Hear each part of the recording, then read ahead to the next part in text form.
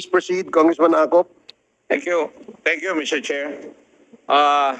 Captain Nova, sinabi mo kanina na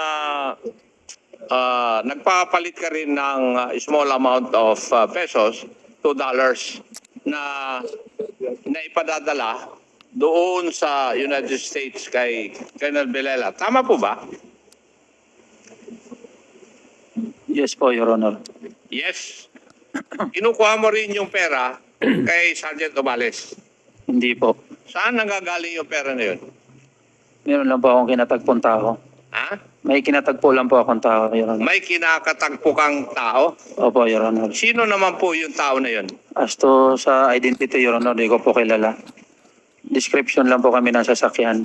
Ano? Pakilakas-lakas. Description Kasi- lang po kami ng sasakyan, Your Honor. Ano? Description lang po ng sasakyan na bibigay, Your Honor. Description. Sino nagbigay sa iyo ng description ng sasakyan? Si Sir Villela po. Si Sir Villela. Colonel Villela. At siya rin ang nagsasabi siguro kung saan kayo magkikita. Tama ba? Yes po. Yes. And may I know kung magkano naman po yung pinapapalit? 500 po. Pesos? Opo. 500 pesos lang? Opo. Eh, 500 pesos. 500 pesos. Ay, no, 500,000 po. 500,000 pesos. Pag ipinalit mo, binabalik mo rin doon sa taong yon? Hindi po. Isang beses lang kami nagkikita. No? Hindi nga. Ibig sabihin, pag naipalit mo sa dolyar, saan mo dinadala yung dolyar na? Pinapadala ko po. Pinapadala mo. Saan mo binapadala? Hindi po pala. Sorry po. Hindi ko pinapadala. Inahatid ko po Inihatid mo saan? sa DI po. Budget po ng DI. Sa budget o ng DI? Yung ano po, yung sa PNP po na ano. Kaya nga, ang diplomatic pouch ay nasa DI talaga. Di ba? So sa DI mo dinadala. Sino sa DI yung pinagdadalan mo?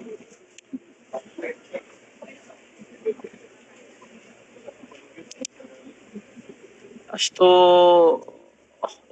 office lang po kasi, Your Honor, hindi ko familiar, basta kilala ko lang alam ko lang yung office. Hindi. Sino tumatanggap ng pera na dinadala mo sa DI? Na papunta doon sa kay Colonel Villela. Hindi ko na ma-recall, Your Honor, yung pangalan, pero kilala ko po siya sa mukha. Kilala mo siya sa mukha. Opo, Your Honor. Sige. Siguro when the time comes, lahat ng sa PNP, hanapin mo yung litrato. Ano? Para malaman mo. Kasi dinadala mo ng pera tapos hindi mo siya kilala. Hindi mo man Budget section po actually. Budget section ng DI. Budget section. Opo. Anong taon yon?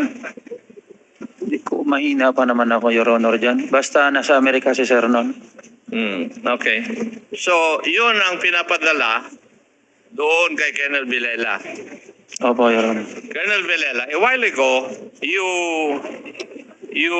stated, nung tinanong kita na meron pang iba, aside from your salary MOE na natatanggap ka, di ba? Inamin mo meron. Yes, Your Honor. Yes. Ito ba yung sinasabi na iba kaysa doon sa salary at saka MOE mo? Opo, Your Honor. Yan. Yes, Your Honor. Kanino kaya galing yun? At sino yung tao na sinasabi mo na katagpo ni Captain Anova? Kung sino po yung utusan ng asawa ko, Your Honor?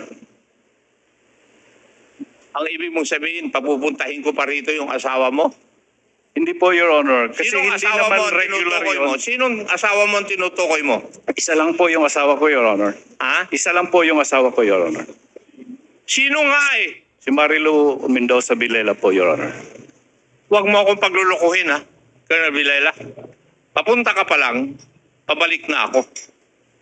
Yes, sir. Yes. Ang tanong ko sa'yo, sino yung nagpapadala? Isang beses lang po yun, Your Honor. Hindi ko naman tinatanong kung ilang beses eh. Ang tanong ko, sino? Kung sino nga po sir yung nautusan ng misis ko sir kasi nandito po yung... May I move, Mr. Chair, that we invite the alleged wife of Colonel Villela here? There is a motion to invite the alleged wife of Colonel Villela. And any second? Second motion. Duly seconded. Colonel Villela, huwag kang pangiting-ngiti dyan, ha? Hearing no objection, the motion is approved. Let me remind you, Mr. Colonel Chair. Villela, you wipe off that smirk on your face. Otherwise, really, this is the first time we encountered an arrogant official of the PNP like you. Sinasabi ko na, sir. Sorry, Your Honor. Mr. Chair, I just want to find out who is the alleged wife of Colonel Playboy. Colonel Playboy, who is your alleged wife? Isa lang po ang wife ko, Your Honor. Hindi po, Your Honor. Hindi siya asawa mo? Sino asawa mo? Si Marilu Villela po, Your Honor.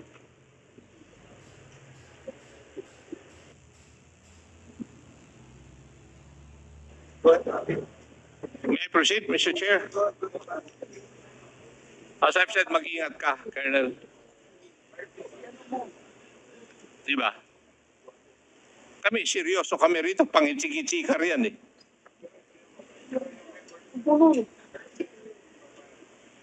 And may I request, Mr. Chair, that Colonel Grijaldo be seated away from Juan? Kasi tuwing matatanong sila, nagtitingin pa sila ng dalawa, eh. Colonel Grijaldo, can you please comply and transfer to another page? Can you please provide a chair to Colonel Grijaldo?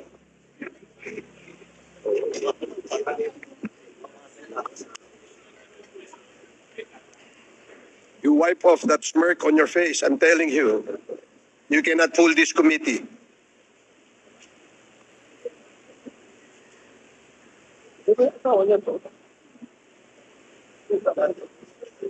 Na-invite na?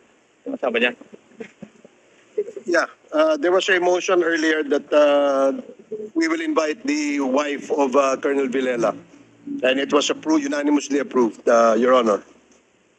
I think, Mr. Chair, nalaman na natin kung saan nanggaling yung $200,000 na sinasabi ni Honorable Fernandez. The only question is kung saan po galing yung pinapadala sa kanya doon sa US of A. Now, Colonel Villela, what is the occupation of your wife? Housewife po, Your Honor. Housewife. And ang sabi mo, nagpapadala siya ng pera sa inyo. Once lang po, Your Honor. Ulitin ko. Alam ko nag-graduate ka ng law, pero may kalalagyan ka. Malapit nang maubos ang pasensya ko, Colonel Villela. Sagutin mo yung tanong ko ng tama. Hindi ko naman tinatanong ko ilang beses, eh. Di ba? Ang tanong ko, paano nakakapagdala yung asawa mo ng pera in dollars papunta sa iyo kung housewife siya?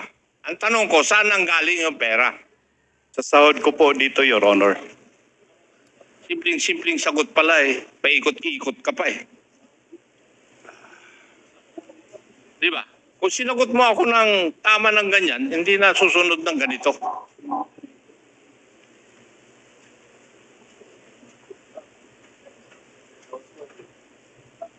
Sorry, sir. Maliwanag siguro yun. Kasi, nanggaling na ako dyan, eh. Nandito na ngayon ako nakaupo. Ako ang nagtatanong. Dati, akong tinatanong ng ganyan. Di ba? But anyway, Mr. Chair, napatunayan po natin na si Madam Garma nagpapalit ng pera, pesos into dollars, worth 30 million. Yun lang ba ang nangyari? Meron pa bang ibang transaksyon na pinapalit sa'yo? Meron pa? Yes po, Your Honor. Ano pong Ilang beses pa? 2 beses lang po yung Magkano yung pangalawang beses? nauna po yung una na 20, Your Honor. 20 M, Your Honor. Ang nauna, 20 M. Pero ibang hindi yan magkasabay, Your Honor. Anong ibig mo sabihin hindi magkasabay? Hindi isang bagsakan yung 20 million na pinapalit mo? Hindi po. 2 beses lang po ako nagpapalit ng malaki. 2 beses kang nagpapalit na malaki. Opo, Your Honor. Mas maraming beses yung maliit? Mga maliit lang, Your Honor. Yung maliit. Okay. Yung 2 beses na malaki, magkano po yung amount? 20 M po, Your Honor. 20 at saka? 30 po. At saka 30. Opo. So, pero yung iba, nautusan ka rin na magpapalit sa may ginagmay lang, Your Honor. maliliit na amount. Okay. Saan mo dinala yung pinalit na 20 at saka 30? Kanino mo binalik? Dito, doon pa rin, Your Honor. Saan doon? Doon kung saan ko kinuha, doon ko lang din po binibigay. Your Saan Honor. mo nga kinuha? Sa PCSO po, Your Sa Honor. PCSO. Okay. So, Okay na. yung pa rin tao na yon, Yes, Your Honor. si Sergeant Obales. Yes po. Okay. Thank you, Mr. Chair. I think I have established my point. Okay, Chairman. thank you. Yes, Chairman, Congressman Paduano. before I forgot, let me move, Mr. Chairman, that for the BID and the DFA to be alerted with regards to all those persons that was being subject of this investigation. Mamaya po, tatanungin ko lang yung DOJ kung what might be our other legal remedies with regards to these people. But of course, as of now, let this committee to the chair ordered all, the BID to have a lookout bulletin on those persons being subject of all this investigation, Mr. Chairman. So move, Mr. Chairman. Okay, thank you, Congressman Paduano. There's a motion to... Yeah, sa motion, Mr. Chairman, to order BID for a lookout bulletin for all those mentioned names, especially Colonel Villela, particularly Colonel with the wife, Colonel Grijaldo, Narsoles, to be in the lookout bulletin, and of course, Colonel Marayog. Mr. Chairman. Okay, there's a motion as stated, duly seconded. Any objections? Hearing none, the motion is carried. And Mr. Chairman, lastly, just to establish the question of palit dolyar ni Kapitan Anoba. Kapitan, di ba sinabi mo kanina kay Congressman Acop, Chairman Acop, na twice? No, 120 million, 130 million. O yung 30 million, saan ba nakalagay? Yung 30 million pesos from the PCSO. Ano bang nilagyan nun? Karton, bag, pati kulay? Bag, Your Honor. Bag. Gaano kalaki yung bag? Tumayo ka, pag-i-describe mo. Ang mga uban, yung tira, Your Honor, nasa Isang bag lang o dalawang bag o tatlong bag? bag lang, Your Honor. O isa lang ka bag? Isa lang po. Isa lang ka bag. Now, so isang bag. Pagbalik, saan mo nilalagay yung pera, yung dolyar? Di same bag ba o may parehong bag lang nilagyan mo pabalik? Ang pandesal, ano yun? Naka-paper Naka-bulsita, Your Honor. Paper bag, Your Honor. bag. So naka-paper bag, pagbalik mo, binigay mo doon kay Obales. Yes, Your Tama? Honor. Now, specifically, saang lugar sa Manila, anong money changer? Your Honor, di ko na maalala yung money changer, Your Honor. Black market lang, ano lang po, yung tabi-tabi lang po. Tabi-tabi. They can produce millions of dollars sa tabi-tabi lang. Kasi pag 30 million at 50 lang, that's 1.5 million US. Anong tabi-tabi? Hindi mo rin kilala? Yung Hindi, tao? hindi po. Ha? Hindi po. Sa tao po, din po. Hindi, ang tanong ko nga, sinong pinagpapalitan mo? Hindi po, tindahan lang, ano lang po, yung pwesto lang po siya. Alam mo yung pwesto? Yes, Your Honor. Saan yon? Sa Malate po. Sa Malate. Saan sa Malate? Mahaba po, Your Honor. Di ko kabisado, Your Honor. Pero pag pinuntahan, alam mo, Yes, Your Honor. matuturo mo Opo, Your Honor. yung lugar sa Malate. Hindi mo na matandaan kung anong... Di po, sorry po. O pangalan lang, name. Sinong name? Kahit alias. Wala pong, di kasi ako matandahin talaga yun. More on, pagka natapos po kasi hindi na ako nagano, basta na-comply ko na lang Hindi, yun. pero kilala mo yun, of course. How can that money changer magpapalit sa'yo kung wala siyang tiwala, hindi ka kilala? Di Ano ba? naman yun, Your Honor? Kahit sino pwede magpapalit doon. Kahit sino. Opo. Pero alam mo yung lugar. Opo. O pag-recall lang, in your recollection mamaya, after this hearing, describe mo, pati kung kailangan sketch, or kailangan natin yung lugar, papunta ng lugar para maituro niya. Just to confirm that indeed, doon ka nagpapapalit. Okay? Okay? So Malate ha. Yung first na pagpapalit mo, doon din. Sa lugar na yun. Pareho lang po. Pareho lang. Pareho lang. Okay. Now, Mr. Chairman, before I end, let me just put on record, Mr. Chairman, that I mentioned about the class 96 and 97. Gusto ko lang po liwanawin that the class 96 and 97 hindi po kasali dito. Yung mga rogue lang po, yung mga may problema lang po. In fact, a lot of class 96 and 97 na magagaling po.